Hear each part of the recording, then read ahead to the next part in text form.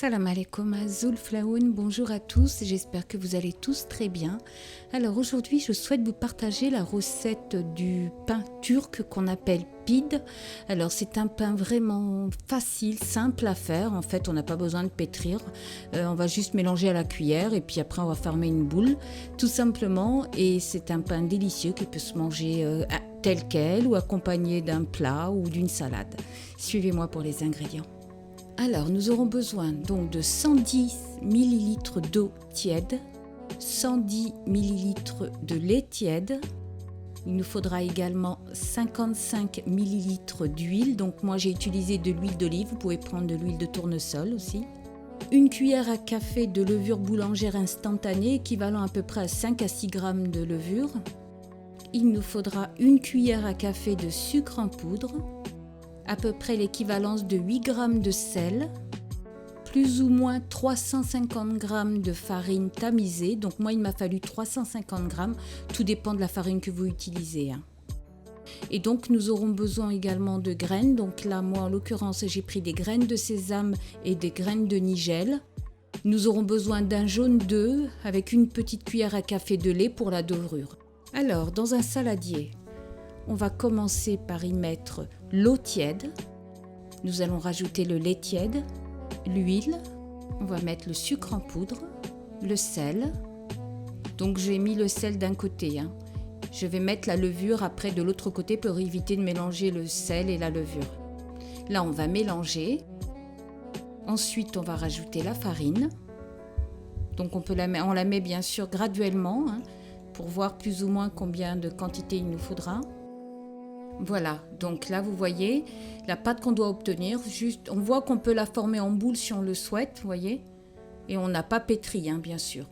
Donc là je prends un petit peu d'huile, histoire de mettre de l'huile dans le saladier, et en même temps quand je vais prendre donc la pâte, je vais la badigeonner un petit peu d'huile, en fait avec l'huile qui me reste dans les mains.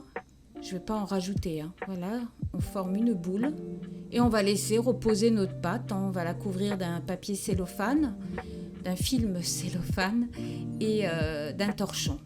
On va la laisser doubler de volume légèrement. Elle n'a pas besoin de tripler de volume ou qu'elle soit vraiment haute. Juste doubler de volume suffira largement. Alors voilà, vous voyez que notre pâte a juste doublé de volume.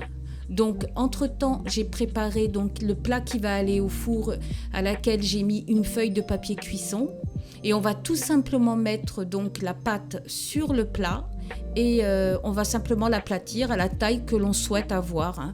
Pas trop épais parce qu'elle va continuer à gonfler quand elle va cuire. Donc voilà, on forme un rond, un pain, tout simplement. Alors on peut aussi on peut prendre un petit peu d'huile entre les mains si on voit que la pâte colle trop et qu'on n'arrive pas à former donc notre pain. On prend un peu d'huile légèrement pour s'humidifier les mains avec, et puis ça va nous aider, ça va être plus facile pour pouvoir former notre pain. Ensuite on va couvrir donc notre pain avec un torchon et on va la laisser gonfler encore un petit peu, je dirais une vingtaine de minutes, pour nous le temps de préchauffer le four à 200 degrés. Donc au bout de 20 minutes, on va faire le fameux décor du pain pide, donc juste avec les doigts. Je pense que les images parlent d'elles-mêmes, j'ai pas besoin d'en rajouter.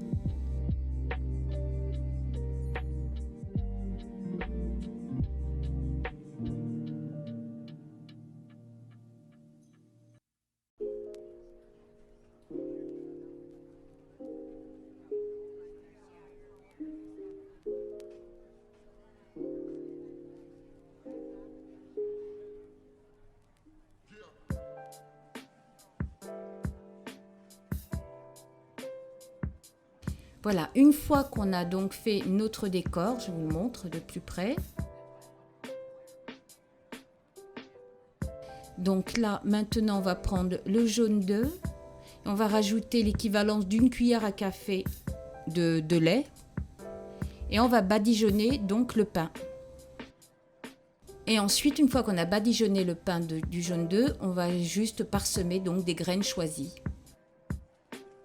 Voilà, donc là, on va enfourner notre pain à 200 degrés dans un four préchauffé déjà, entre 20 et 25 minutes à surveiller. Quand on voit que le pain est doré, on l'enlève. Là, il est cuit. À la sortie du four, je vais mettre un torchon dessus afin que mon pain reste moelleux. Quelques minutes, 4 à 5 minutes suffiront. Voilà, la recette est terminée. Notre pain est prêt à être dégusté. Il est très moelleux, il est vraiment très bon et comme vous avez pu le remarquer, vraiment très facile à faire, simple. Voilà, j'espère que cette recette vous plaira et que vous aurez envie de l'essayer. En attendant vendredi prochain pour une prochaine vidéo, je vous dis à très bientôt et surtout prenez soin de vous et des vôtres.